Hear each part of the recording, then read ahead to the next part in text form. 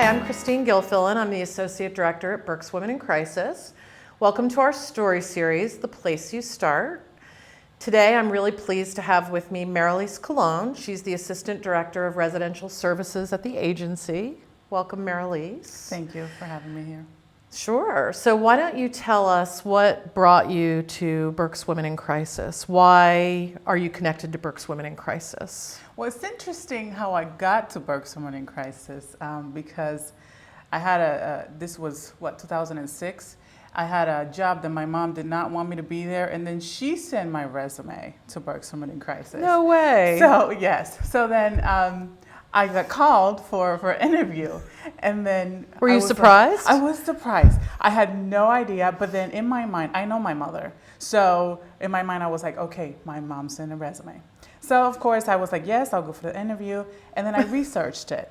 I looked online, and when I saw what Berks Women in Crisis does, it hit home, because in my family, there's a lot of domestic violence, and there's also sexual violence. So I was like, wow, this is something that I would be very interested in. So then went for the interview, got hired. And I always say this because it's true. This is exactly how things happened. After about 2 months being in the agency, I said I would never leave Berks Women in Crisis because of the work that we do. And me, especially as a Hispanic person, you see, in the Hispanic culture, it's almost like normal domestic violence. It's almost accepted that that's just how men are, and you know, with that word machista, it's just like, it's just how he is. He's a man, he's machista. So as a Hispanic person, as part of this culture, I'm like, we need more Hispanic people to be part of this movement, to educate the women, the children, and the men that this is not right. It's not a way of living. And the problem is that it becomes part of the normal. It becomes part of your life.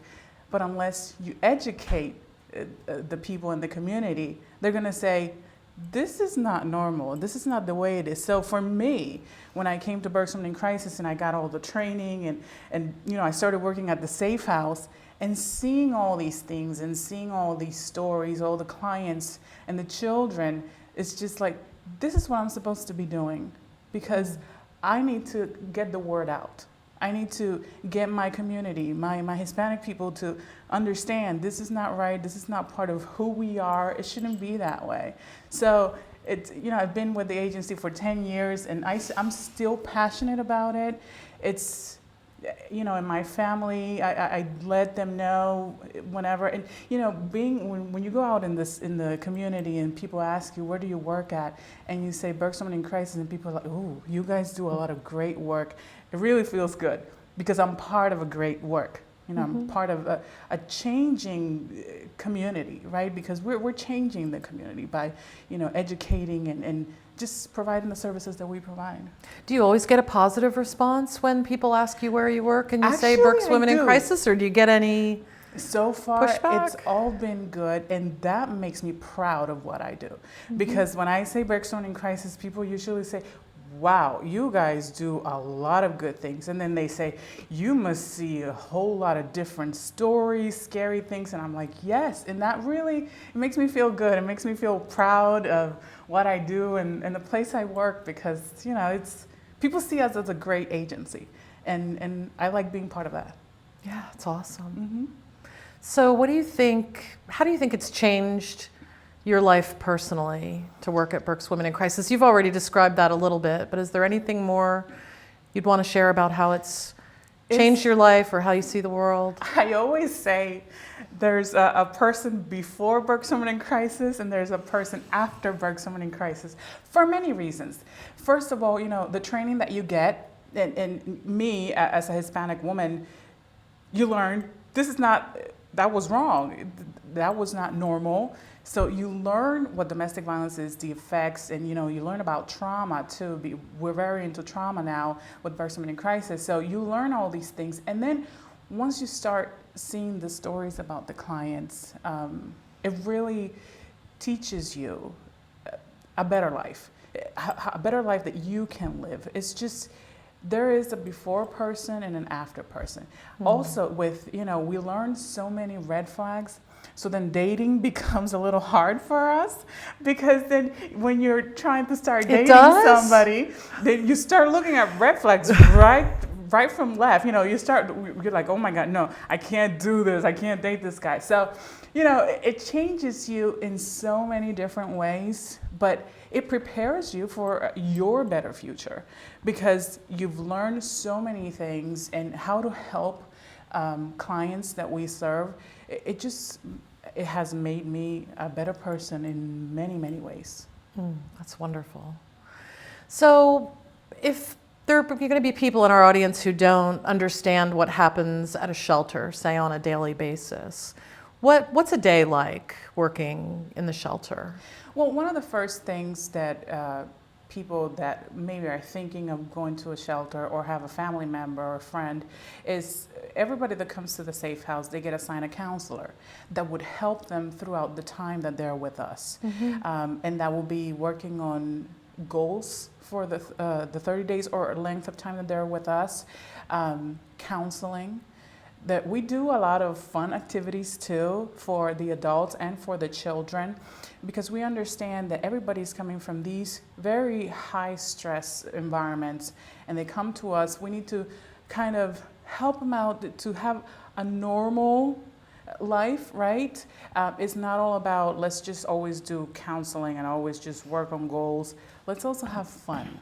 Let's understand that not everything is unsafe, right? When we start teaching our residents that this is a safe place, there's better things out there, then they probably get it. They understand that not the whole world is dangerous, right? It's not all bad. So we do have groups available for the residents almost on a daily basis. Most of them, like I said, is educational. We have some agencies from the community that they come and talk about their services that the clients can utilize. And then we also have fun things. We've had karaoke nights, we have dance nights. So we also have a children's program. I know a lot of residents or clients are always afraid to bring their kids to a shelter. Now, we like to see it as a safe house because it's a safe house. So it's not like the regular shelter that you have to wake up at 6 in the morning and leave. It's not like that. So we do have a children's programming. We do with the kids safety planning with them. We do an intake to learn about what type of services do they need, that we can make a proper referral if they need counseling. And again, we do fun things. We also have snacks for them. That's another thing that if people are listening, they want to know, we provide breakfast, lunch, and dinner, and that's free of charge, and then a snack. So we also have a playground for the kids. We have a nature garden that it's in our safe house, and everybody loves the nature garden. It's a way that you can go and relax and, kind of help yourself de-stress. Yeah.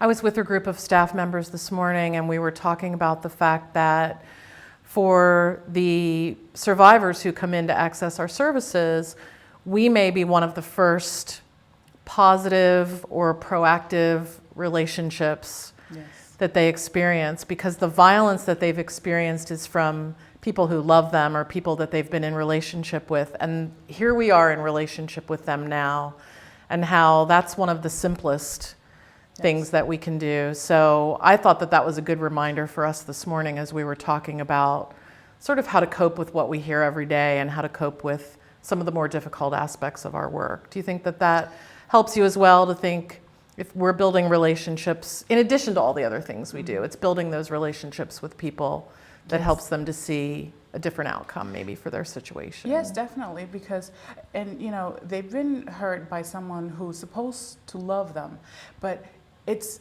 probably all their life. So that's all they know. It's that somebody's gonna hurt me. So then they put those barriers, right? And then they don't want to let you in. But once you show that I am a safe person, or this is a safe group of staff person that are going to be helping you out, maybe those barriers can start coming off, right? And it takes time for that, because it's taken them probably their whole lives. So it's going to take some time, but we're here for that. We're ready for the challenge, right? Right. So the work you do is so important. Thank you so much for the work that you do, and thank you for agreeing to be on the program today. Well, thank you for having me here, and it's been a pleasure being here and doing what I do. Thank you. Thank you for tuning in to The Place You Start. We have guests stopping by each week. Check in again for more stories at berkswomenincrisis.org. And be sure to like us on Facebook and follow us on YouTube, Instagram, and Twitter.